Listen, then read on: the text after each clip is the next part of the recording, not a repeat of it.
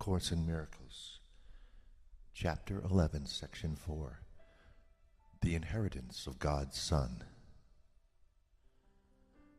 Never forget that the sonship is your salvation, for the sonship is yourself.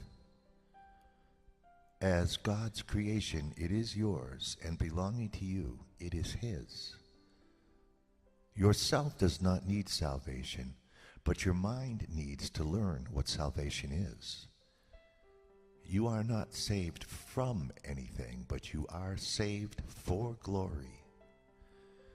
Glory is your inheritance, given you by your Creator, that you might extend it. Yet if you hate part of yourself, all your understanding is lost, because you are looking on what God created as yourself without love.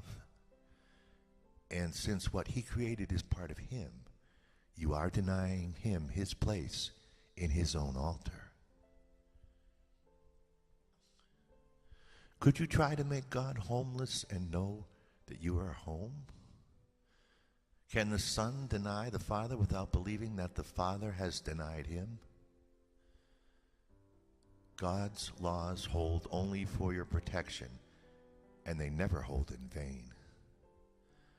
What you experience when you deny your Father is still for your protection, for the power of your will cannot be lessened without the intervention of God against it.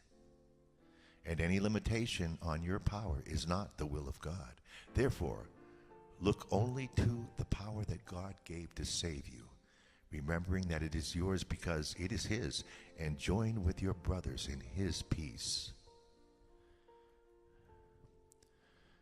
Your peace lies in its limitlessness. Limit the peace you share, and yourself must be unknown to you. Every altar to God is part of you, because the light He created is one with Him. Would you cut off a brother from the light that is yours? Would you not do so if you realized that you can darken only your own mind? As you bring him back, so will you return. That is the law of God for the protection of the wholeness of His Son.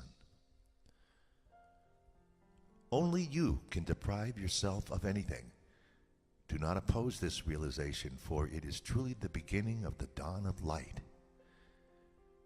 Remember also that the denial of this simple fact takes many forms, and these you must learn to recognize and to oppose steadfastly without exception. This is a crucial step in the reawakening. The beginning phases of this reversal are often quite painful, for as blame is withdrawn from without, there is a strong tendency to harbor it within. It is difficult at first to realize that this is exactly the same thing, for there is no distinction between within and without.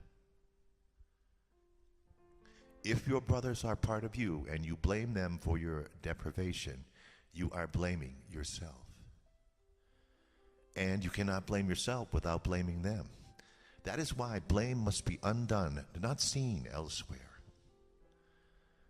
Lay it to yourself, and you cannot know yourself, for only the ego blames it all. Self-blame is therefore ego identification, and as much an ego defense as blaming others. You cannot enter God's presence if you attack His Son. When His Son lifts His voice in praise of His Creator, He will hear the voice for His Father. Yet the Creator cannot be praised without His Son, for their glory is shared, and they are glorified together. Christ is at God's altar, waiting to welcome His Son. But come wholly without condemnation, for otherwise you will believe that the door is barred, and you cannot enter. The door is not barred, and it is impossible that you cannot enter the place where God would have you be. But love yourself with the love of Christ, for so does your Father love you. You can refuse to enter, but you cannot bar the door that Christ holds open. Come unto me who holds it open for you, for while I live, it cannot be shut, and I live forever. God is my life and yours, and nothing is denied by God to his Son. At God's altar, Christ waits for the restoration of himself in you. God knows his Son as wholly blameless as himself, and he is approached through the appreciation of his Son. Christ waits for your acceptance of him as yourself, and of his wholeness as yours. For Christ is the Son of God who lives in his Creator and shines with his glory. Christ is the extension of the love and the loveliness of God, as perfect as his Creator and at peace with him. Blessed is the Son of God, whose radiance is of his Father, and whose glory he wills to share as his Father shares it with him. There is no condemnation in the Son, for there is no condemnation in the Father.